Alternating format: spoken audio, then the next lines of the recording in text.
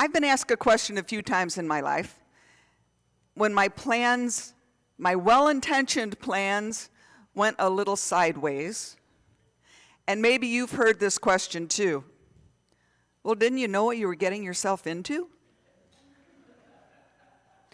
And many times my answer was, well, I thought I did. I mean, if we're honest, isn't much of our lives lived in the realm of thinking we are prepared and know what to expect until we're actually in the situation and we get hit with more than we expected? Now, for me, one of those decisions, one of those areas was teaching. Of course, I took all the prerequisite courses at Michigan State. I even took extra courses because I wanted to be marketable, right? I did observation hours in classrooms. And at the age I was when I began teaching, I was really only a few years removed from high school myself. Without question, I thought I was ready to be at the front of my own classroom. The truth is, I didn't know what I didn't know. And I couldn't have fully realized what I was getting myself into.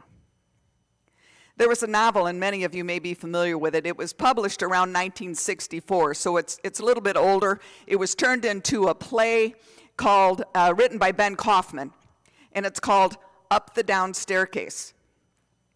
It's a warm-hearted, poignant look at what it was like to teach in the underfunded New York City school district at the time.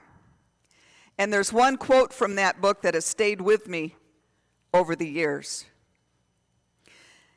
It's a far cry from graduate school and Professor Winter's lectures on the psychology of the adolescent. I have met the adolescent face to face. Obviously, Professor Winters had not. So perhaps the reason for the new teachers, and this is a statistic as of 2020, 24-25 school year.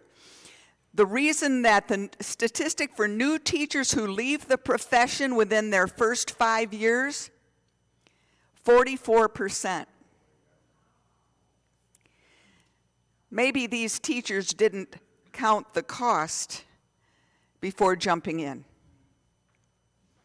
It's important to think things through, right? And gather information, to assess next steps through a wide-angle lens before making crucial decisions.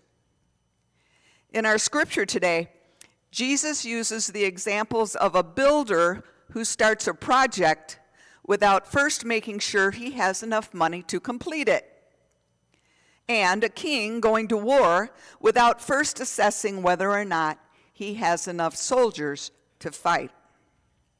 These stories both illustrate why it's important to count the costs before jumping into something.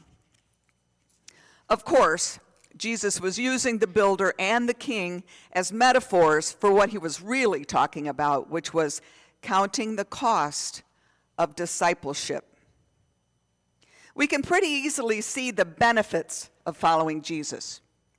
Peace like a river in my soul, joy, joy, joy, joy down in my heart. What wondrous love is this? But what about the other side of the coin? The costs. What are the costs of leading courageously, loving boldly, and following Jesus' example in a world built on power over? What can we expect when we choose to follow Jesus in a world run by leaders who use fear as a tool to control and manipulate? Well, to begin with, one of the costs of following Jesus is that we can expect self-sacrifice.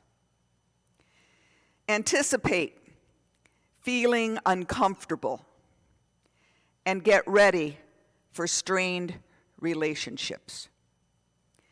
And in extreme cases, we may even end up laying down our lives.